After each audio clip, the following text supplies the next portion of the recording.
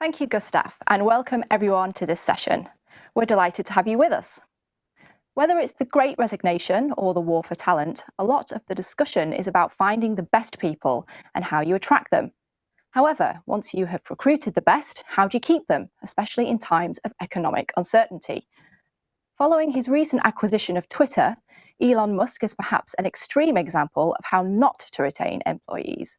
1,200 Twitter staff reportedly decided to quit the social media company after the Tesla owner set a deadline to sign up for his extremely hardcore culture or leave. So how do you get it right? I'm Janina Conboye, a journalist for the FT's Work and Careers section. And joining me today for this discussion are Alexander Wiede, Head of HR, UK and Ireland at German software company SAP, Zuhair Maghrabi, Chief Human Resources Officer of the National Housing Company of Saudi Arabia, and Harley Chapman, Talent Acquisition Business Partner at IPG Mediabrands. And of course, we would like to hear from those of you watching, so do put your questions to us and we will do our best to answer them. Okay, so how does uncertainty affect talent retention within your businesses? Alex, perhaps you could start us off with how you were seeing this play out? Yeah, thank you, Janina. Well, I think uncertainty, especially in the forms as we have just recently experienced it, it will not go away. It may change its shape and its size, but it's here to stay. And it's going to challenge us in the ways we run our businesses. We have seen an unprecedented global uncertainty when the COVID pandemic made us all rethink our strategies in order to survive and stay successful. But most of all, it made us develop strategies on an instance on how to retain our employees, our talents, the knowledge behind our products, our services and solutions, and therefore the future of our businesses. So I think in order to retain talent, I think we do need an approach that provides, on the one hand, certainty beyond compensation, because compensation and benefits is not the thing that employees today are super excited about. Of course, it's vital, it's necessary. But by keeping up on employees' needs, knowing them well, especially with a focus on where they are going with their goals and ambitions. And of course, compensation and benefits, I already said, play a vital role, making sure that they connect to the needs of the individual, to make them also contribute to the individual needs and goals. And finally, employees at this time of uncertainty, they are seeking also new opportunities when they miss purpose and perspective in their current roles. So when they cannot identify development and career perspective, which is where we need to provide through a robust yet flexible talent strategy that secures the talents we know today to be successful, but also creating a clear and focused vision and strategy for the future of our businesses. And finally, align our business strategy with the talent strategy. Put purpose in everything we do and make it a priority for our employees and for our talents. And Harley, what about you in your sort of sector? How are you seeing, this uncertainty and how it's affecting talent retention? How is it affecting your sector? I definitely think there's more of a broad spectrum when it comes to uncertainty. On one hand, with the talks of the recession, I do feel companies will retain more talent than in the recent years. Particularly in the media industry where we see, more clients building in-house teams. I see our competitors losing, huge clients, which means there will be, more talent looking for work. I think the trend of people moving from freelance to full-time, that I've noticed a lot more in the last couple of months. But given a lot of companies are putting promotions on hold and hiring freezes, I think a lot of people in those companies will be looking, to leave out of frustration and lack of growth. I think that's super important to communicate. What we don't want is people feeling insecure or undervalued in their positions, especially with talks of a recession. So I really think communicating how the business is doing is really important in times like this to retain talent and, also attract new talent as well. Okay. And Zuhair, what are your views on this? In your company, how are you seeing uncertainty affect talent retention? It's actually Saudi Arabia could be a bit different than the rest of the world. I mean, we don't have any economic issues currently in Saudi Arabia. the country is booming. I think the uncertainty is coming from the way that the new generation react, or the level of tolerance or predictions of their move. The number of opportunities available for those people make it difficult to retain them, because the same companies are offering the same offers from a compensation point of view. So you need to have an edge of where exactly you want to position yourself. So for example, we're working in different tracks. Compensation, we have to remain competitive in the market. Learning opportunities with leading universities and institutions around the world, good career progressions for them, and the environment. I think this is where a lot of the young people or youth or the young generations would like to have a good work environment, starting with transparency. I think if one lesson learned from the previous experience, the pandemic, is that we'll have to be transparent with the employees on what exactly going on and how we're going to go about it as a company. Okay. So for obvious reasons, you want to retain staff, you want to reduce staff churn, for example, because you want to essentially save money, because it does cost money to employ people. But what are the other reasons that retention is so important? And perhaps you could each give a specific example of what you're doing to really work hard to retain staff. So Harley, perhaps I could go to you first on that one. Yeah, absolutely. I mean, talent retention is at the core of everything that we do. And I certainly feel there's a real hyper focus on it at the moment. Retention is so important. I feel you see, employees as ambassadors of your brand. Commonly, you'll see as well, in businesses, there are more men at senior leadership positions than there are women. I feel a way to tackle this is ensuring equal opportunities and a chance to grow. So at Mediabrands, people aren't, stuck in their craft or their location. If someone wants to move to a different side of the business, there are opportunities there. The same way that we put a lot of focus on internal mobility internationally. We've seen people move from the UK to the likes of Australia, the US, parts of Europe, and vice versa. And from a talent perspective, I think people will be drawn to companies that show people with long tenure and growth opportunities, just purely by looking at even LinkedIn profiles. So I feel people stay where they feel that they can grow. No one wants to be stagnant. Okay. And Zuhair, how are you engaging employees so that you can more effectively retain them? I mean, there are some quite obvious things that can be done. There's compensation and there's other things. But perhaps you have some examples of how learning and development, for example, may be helping to retain staff. What are your thoughts? Actually, the way we design the learning experience for employees it's kind of, I wouldn't say unique, but it's a bit different. So we're not focusing. So for example, we just wrapped up a program with IE Business School where we're developing our leaders. It wasn't about leadership skills. It was about leadership skills. It was about industry knowledge. It was about business skills. And one of the things that we have done is putting this team together. So we're building also team ties. So I recall, during the graduation, some of the guys said, I never thought this friend exists in the organization, or this person can help me in XY challenge. So I think it's one of the things, even if we're talking about isolated teamwork or people who work in different parts of the world, or even in the same company in different locations, you need to make sure that your development programs pull them together. The time they spend together in the classroom is very important for their teamwork skills development. Okay, and Alex, what can you tell us? What is SAP doing specifically to retain its best people? So in my opinion, and this is also in my opinion, retention needs ultimately to be connected to the employee engagement, which of course is also tied to the employee's personal development and career goals. So hence there is a close tie between the individual and the business purpose, the mission and the vision. And I'm absolutely certain that engaged employees are contributing much more to their individual, but also to the company's success. So this engagement is, on the one hand side, supported by role model leadership, which we promote, but also a culture that puts, this is the most important part of it, continuous dialogue and exchange between leaders and employees at the very heart of our businesses. So how do we do that in practice?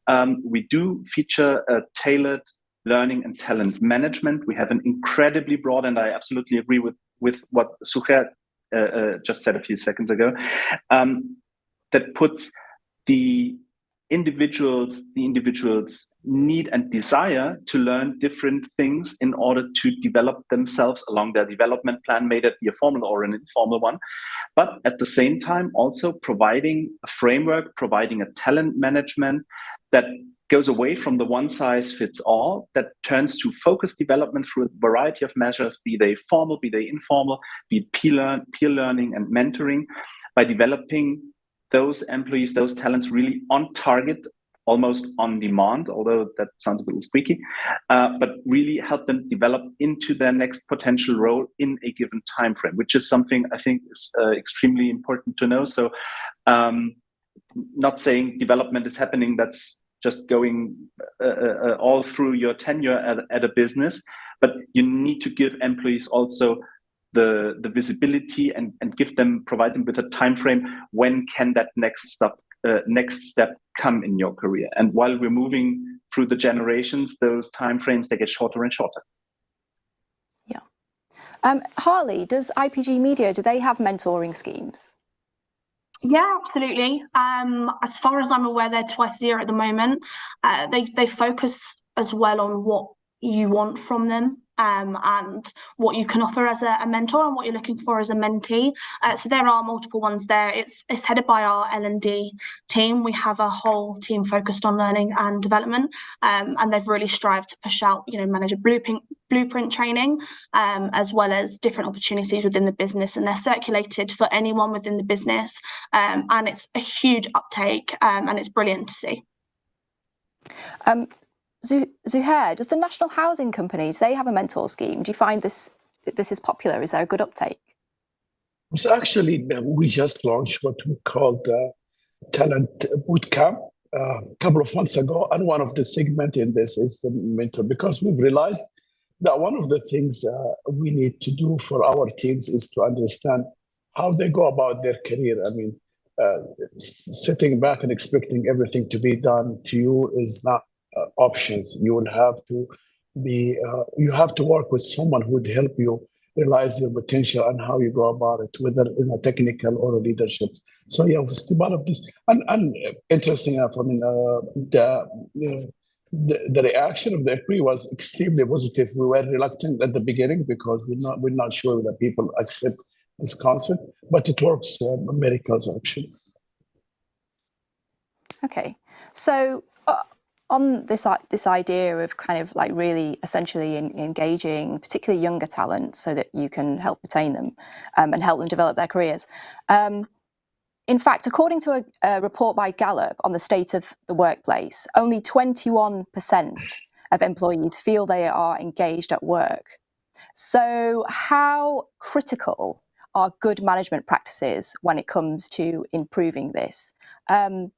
Zuhair, perhaps you would like to pick up on this. So it's interesting because when there is another Gallup study done for Saudi Arabia, and it gives totally the opposite of what's happening globally. And I'm just quoting some of the numbers. 76% very enthusiastic about their future in organizations in Saudi Arabia, where the Vision 2030 is playing a significant role in guiding the economy. 60% they think their company will contribute to the vision. 77 are well engaged in this. So the point is that I think the uncertainty in some part of the world is impacting the engagement level. In Saudi Arabia, it is positively impacting in a positive way, impacting the community. But I think if it comes to what management needs to do, because eventually Saudi Arabia will definitely, as any other economy, will go through some downtime, is that management need to make sure that again, I keep saying that the generation now does not take anything that you tell them as a manager. They are not like the old generation. Whatever the boss says, we will follow it. They need to be involved in the decision making. They need to have a transparent culture. They need to have the ability to be creative.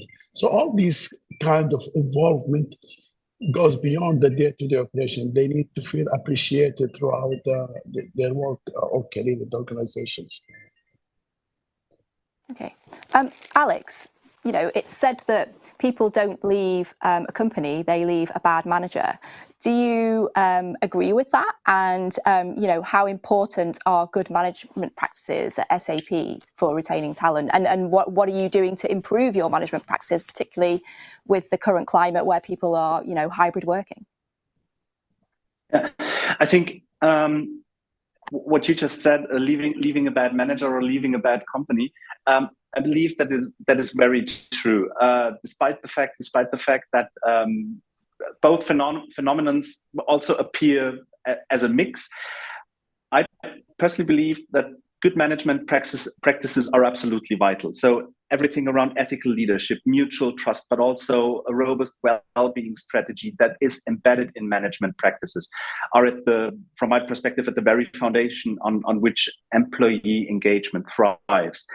And also, I think what is incredibly important, also as we go through a generational and a technological change in our working world, we as leaders, we as managers, we need to be aware of different engagement drivers with the various generations. Whereas generations or workers in the 70s, 80s, and maybe also 90s, they would have had a huge focus on the right compensation, the right benefits. If we look at Gen Z and beyond today, young talents coming to us, they are asking for completely different things. They're asking for social awareness, social responsibility. They're asking for ways to work flexible, be that with the whole hybrid working approach that we already have embedded in our strategies, but that also goes beyond. They're just asking to leave the boundaries and shackles that is really keeping talent to unfold. We at SAP, we are strongly investing in employee well-being by putting, first of all, mental health, but also flexibility at the core of our corporate culture and our leadership principles. And that those leadership principles, they are based on agility, on ethics, on inclusivity, accountability. So that also goes in the direction that Zuhair just mentioned, to give people transparency and connect all the operations to strategy. We make sure to do the right things and live by those values. Okay, Alex, perhaps you want to come in on this idea of good management practices and how they play a role in retaining talent. What's your company doing to improve these practices for more effective teamwork, those kinds of elements? Yeah, so if you could just give us some insight. I believe the evolution of those management practices, they can only happen through a bilateral dialogue. So we need to be listening, understanding, and acting on the feedback we receive from our employees, but what we also receive from our leaders, of course, also influenced by business and technology trends. But for example, this principle of listen, understand, and act, we followed duly through a regular staff survey that we conduct, which is called SAP Unfiltered, because we really want to have the unfiltered opinion of our employees. The recent one has just been completed in November, and results will be released in December, where we ask the right questions, or ask the critical questions. What exactly are you experiencing in the line of your management? How do you feel? How do you feel informed? How do you feel being involved in making those decisions? Do you have the authority to make the decisions you need to make in order to be successful and to make SAP successful? Okay. Harley, perhaps you could come in on that. Perhaps you could talk us through how IPG Media is kind of considering its management practices so it can more effectively retain talent, especially in this time where communication channels have rapidly changed because people are all over the place. So, perhaps you could tell us a bit about that. Yeah, absolutely. I mean, on the basis of talent retention and engagement, I feel good management practices are very critical. They're super important. You need to listen to your people, and you need to talk to your people and really understand who they are, specifically as the company is going through rapid growth. Really, the cultures change, and just making sure everyone has the opportunities to carry on learning and bringing their authentic selves to work. I mean, people don't stay in a company because there's a ping pong table or early finishes on a Friday. Not only does there need to be good management practices, there needs to be equal opportunities, learning and development opportunities, inclusive and safe environment, and a place that looks at policy reviews. At Mediabrands, we have our open networks, and each network focuses on different issues to really change the business. So you have our heritage network that looks at diversity and inclusion, women's network, which focuses on women's health and women within business, LGBTQ+ for our Pride network, well-being that focuses more on the mental health and well-being of our employees. And I think that was super instrumental in bringing in unlimited leave that we have here at Mediabrands. And then we have our sustainability network, which is at the top of a lot of people's lists when looking for a new role, making sure the company is focused on sustainability and the environment. And then our newest network, Neurodiverse, which is making sure as well the inclusive culture is there, and what we can do better, and how do we bring in and retain the neurodiverse talent. So they help with people to feel heard, included and engaged. We want to be a business that provides an inclusive culture and therefore improves engagement in the workplace. So having the resources there are really important, especially backed by management. I mentioned beforehand that we have managers blueprint training, which has a huge uptake. We've seen a huge uptake this year, and that's really, really helping with them pushing out other development opportunities that we have, but also putting the onus back on the employees as well. The resources are there, and they are pushed out with comms. So if they want to learn, it's about them holding their hand up as well and saying that. And I feel companies need to be up to date with their salary bandings, continual NPS scores to see what we can improve, and make those changes within the workplace to really ensure engagement is high. I just want to actually hone in on a particular example that you gave, actually. So you mentioned unlimited holiday, and this is an interesting topic that we've looked at in the work and careers section, because we debate often how good a policy this is, because I know Netflix, if they're not doing it now, they certainly were offering unlimited holiday. It's an interesting concept. How do you at your company ensure that people feel okay about taking quite long periods of holiday, because obviously they're entitled to, and how do you ensure that people aren't going the opposite way and are actually feeling perhaps it's not okay for me to take 6 weeks a year or 5 weeks a year, and they're not taking enough time off? How do you get the communication right, and I guess nurture an atmosphere where people say, you know what, I'm going away for a month? Yeah, I mean, I'd love that. I've just got back from a 2-week holiday, so I'm feeling very refreshed. It is trial and error on putting those comms out. I think what we do at Mediabrands is, we say 25 days is a minimum for you to take, and anything above that is there for you to take. We put a big focus in not being more in regards to health and well-being and mental health, and ensuring to combat burnout, and the way that the talent team and HR kind of say is, we don't want those people taking a big chunk at the end of the year and having to hold their holiday. If you want to take that long weekend because you're feeling like you've had a really, really long month and things are starting to quiet down, you're feeling tired, take it.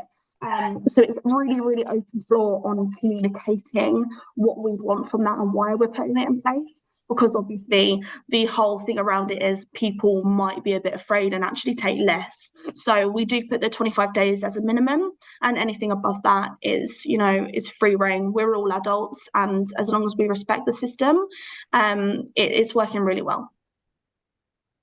Okay, and Zuhair, I actually just want to come back to the point you made about employees in Saudi Arabia being very highly engaged in their work. I'd be interested to know if considering people's well-being plays a role in this, what seems to be very high engagement levels in people's day-to-day jobs. Well, actually, yes and no. Let me just comment on the vacation part of the. So in Saudi Arabia, the law gives you minimum 25 days, but then every company would come up with different schemes to allow people time off. So we have parental, if once you deliver a baby, you have a long leave and it's paid. And the companies created caring vacations if you're taking it to be with your kids. So there are different things. And I think the reason that the philosophy that we've created it this way in the national housing is that the amount of work that we have to deliver in the duration that is given to us by the government is very short. So we actually work 24/7. If you think about it this way, your concern is that the burnout of the organization, and this actually I think one of the major reasons why people leave, because they get to a point where they just can't produce anymore, and they tend to look for another opportunity. So yes, it's a very engaging environment. I mean, that's what Caleb is suggesting. I think it's a fact, but I think it comes with reputation. We have to be careful of how to put it, because being engaged and getting involved in delivering the agenda for the 2030 vision, it means that there is a lot of work that to be done. So you need to make sure that you force people to take vacation. Unfortunately, one of the phenomena that I have seen in Saudi Arabia, people think that working long hours is becoming the norm. I mean, you will find an average 10 hours a day or 12 hours a day for people who are in their late 30s or mid 30s, which I don't think it's healthy. But I think the organization has to encourage those people to do the work and at the same time make sure they have the right setup to in terms of vacation or the work environment. Okay. So moving on to actually one of the big topics, which is still very high on the sort of work-life agenda, as it were, hybrid work. So the FT reported recently that according to widely watched commuting data, workers are embracing hybrid working as the new normal. How important is hybrid work in this retention piece? And what hybrid work policies do you find work for your organisation? And I guess along with that, how do you communicate it? So Alex, perhaps we could go to you on that. Actually, we share that observation, and we have launched a program in 2021. It's called Pledge to Flex, supported by our executive board, and it is focused on the future of work and hybrid work being the new normal, and also that we are very aware and that we embrace this hybrid work because it genuinely offers a lot of opportunities for us. And we as an organization, we are able to manage the moving parts and manage the challenges that come with us. So following a global survey of our more than 100,000 employee base, we introduced a fully flexible working model as a framework that is valid for all countries, that allows employees to work in the office or work remotely. It includes changes to the work schedules, to office buildings to support this transition. And in the UK, we have just recently launched our tailored suite of formal and informal solutions adhering to that framework, tailored to provide, of course, taking into consideration the legislation in the UK, the flexibility our employees need to support them in balancing their jobs and requirements. So basically, it's built on 3 pillars. It's called flex time, flex location, flex workspace. Flex time, we do see a trend in developing different work schedules. It's no more 9 to 5 or 9 to 6, but it's I can do 9 to 12, and I can do 3 to 7 o'clock in the evening. But I need the slot in the middle of the day to take good care of myself, take care of my family, see after my children. We see, especially in Generation Z, we see a trend that people say, okay, I just don't want to be 8 hours in front of the camera. Being on Teams or Zoom meetings is also the new normal with this hybrid working. People don't want to be in front of their cameras all day long. So they say, I will design my workday around how I can run my own personal best and also be my true authentic self. So that is one solution. Offerings such as part-time work, which are widely established, which are also widely used, take to that. Weekly or quarterly compressed hours in order to take into consideration that not every schedule every month, every week is just the same, contributes to that. But also informal offerings, among them quarterly compressed hours. For example, exchanging holidays. In the UK, we have a variety. We have a variety in the huge diversity of cultures. Not every culture is celebrating the same public holidays. For example, some are celebrating Diwali, some are celebrating Easter Monday. Giving people the opportunity to find their own best way to run has, for us, had a tremendously positive effect, because people say, I don't need to adhere to a ready-made standard, but I can move flexibly around that framework. And the same goes for flex location and flex workspace. Flex location allows you to either work from the office, work from your home office or any other location in the UK, or working fully remote from home. For example, if there is an employee living in a place where no SAP office is close by, which might be a solution.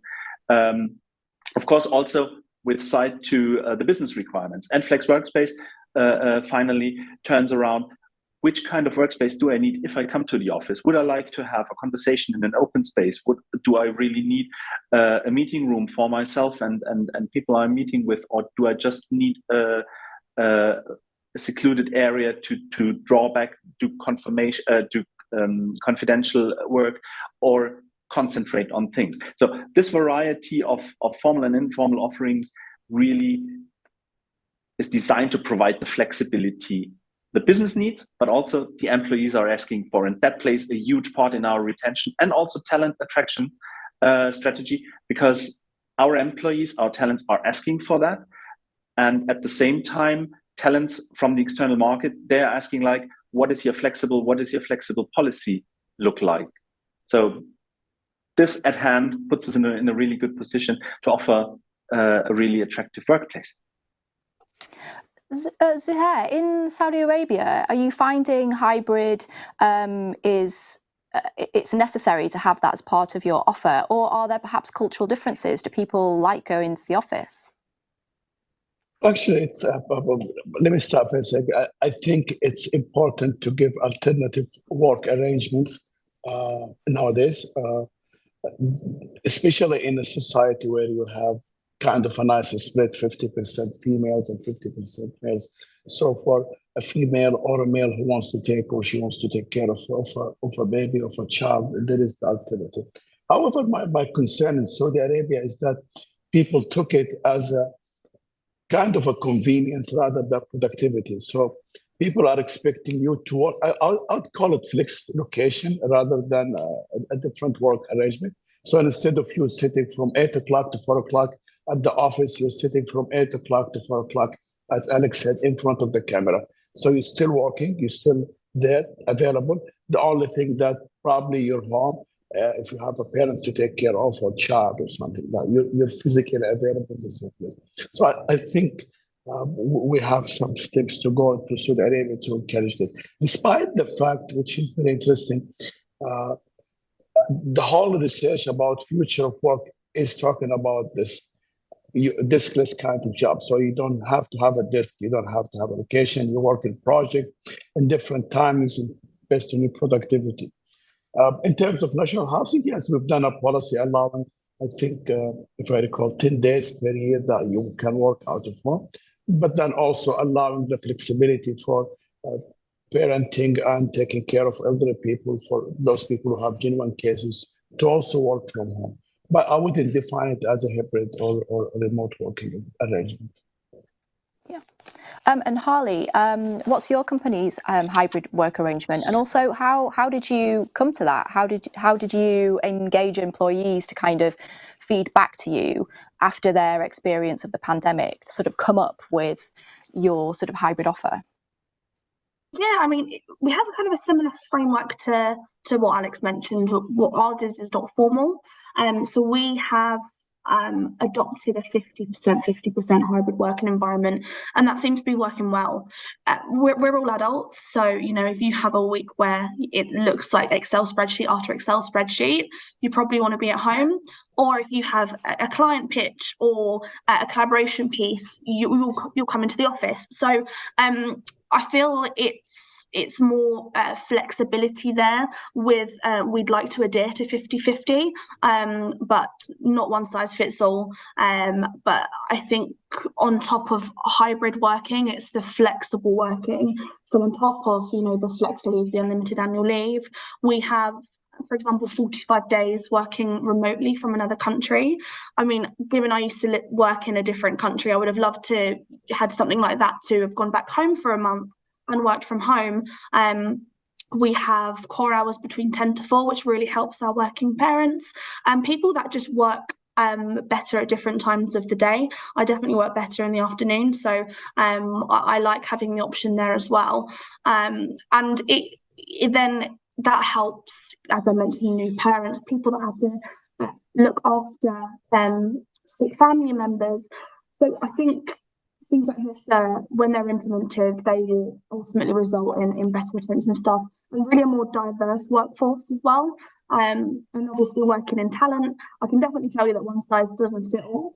And hybrid working is a question that every potential employee, every candidate does ask. So it's just having that flexibility there. So yeah, we try to adopt the 50%, but as I said, we're all adults and we're having that trust in the employees to work effectively in the way that they feel suited. And we also offer fully remote options as a contractual option, dependent on the role itself. So having that flexibility in our hybrid working model seems to be working the most effectively. Okay, so I'm now going to bring in a couple of questions from the people who are watching. So we're going to go back to this point on learning and development. So someone has asked, what works best from a learning and development perspective, specific programs or a variety of learning resources for employees to pick and choose from? Who would like to come in on that? Who thinks they would? If you allow me, yes. Go ahead, Harley. I think the latter. I think people having the option, as I just mentioned, with the hybrid working, everyone is different and everyone has different preferences. So I definitely say the latter, having a whole range and list of things from IPA courses to external courses, internal courses, mentorship programs. So I really think it's what the person needs to excel, what they'd like to do in regards to moving on in their career, and also really hone in on the skills that they might not be able to touch on day to day, but have the technical awareness to take a course on it that is backed by the company and recognised if they did want to move around in the business. And personal development as well. We spend so much time at work, having the opportunity for something different to learn and really not fully focus on our day job day to day is super refreshing, and a lot of employees really make the most of the options that we have available. So I definitely say having all different options and they being presented to everybody at all levels is the most effective. Zuhair, you go ahead. You had some points on this. I think in international housing, we've tried this one size fits all. So use typical kind of calendar of training activities based on training need analysis. Yeah, it worked. It ticked the box, but was it a development opportunities for everyone? No, it wasn't. So what we have done in this year is that we've clustered our program. So we still continue to have the calendar because this is part of the training need analysis, and you have to have a plan. But then we've designed what specialized or tailor-made programs for certain groups in the organization based on the functions. But what we've done also is that we've introduced courses. So, for example, English is not a main requirement for all jobs in the organizations. Yet we've had a lot of people who wants to study English. So we've provided with a platform to study English. And there are other programs that I think excels, advanced excel, different programs that we felt they're not required as part of the jobs, but there is people who really want to develop these skills, and we provided to them. And interesting, the impact was great because people felt they are, and they own, to me, they own their learning experience. They own the agenda of developing themselves rather than just listening to us of what they need to do. Okay, I'm just going to, on that theme, just bring in another question actually from our audience. So I'm wondering, Alex, maybe you have some thoughts on this one. How do you ensure that your training programs are aligned to your long-term strategy of the business? Good question. Good question. Actually, the design of our development content, it is tied to become the cloud company or be the cloud company powered by SAP HANA. So it's all about, it starts with the mindset. It starts with the cloud mindset as a software manufacturer and as a software company, that we want our employees to develop, to train, and also to expand. One of the most important things is, as long as the design and the innovation around those learning solutions, around the content, is done together with the business, is done along the SAP or along the corporate strategy, it is not just dissolved. One of the I think flaws that sometimes training and development strategies have is that there is some kind of ivory tower where a lot of smart people sit and just make their minds up like, what should we offer our employees, and what do we think they should learn tomorrow? Actually, doing this together with the business makes a tailored experience and keeps today's business reality with tomorrow's desired outcomes in sync. And I think this combination, this handshake between planning operations and the business that is working with those skills is absolutely vital. Okay, so maybe this will be our final question now, because I think we are running out of time. But obviously, with hybrid and remote work, which clearly for many businesses is a major retention piece for its workforce, there's this question of corporate culture. So how important is corporate culture in talent retention? And have you found maintaining it difficult in this new world of work? So just be aware we're quite short on time. So I know it's a big question, but maybe you could try and condense it. I don't know, Harley, if you have some quick thoughts on this. Yeah, very quick. I mean, working in media, corporate culture is not the culture we typically see or strive for. What's important to us is we want to promote an inclusive and safe culture where people can bring in their authentic selves to work. Okay, sorry, slight confusion here in the studio. I just had my screens going a bit wonky there for a second. Zuhair, perhaps you'd like to give us some final points on that. Sure. To me, culture is the way we do things, whether you work remotely or you work in the office. Honestly, this to me personally does not make a difference.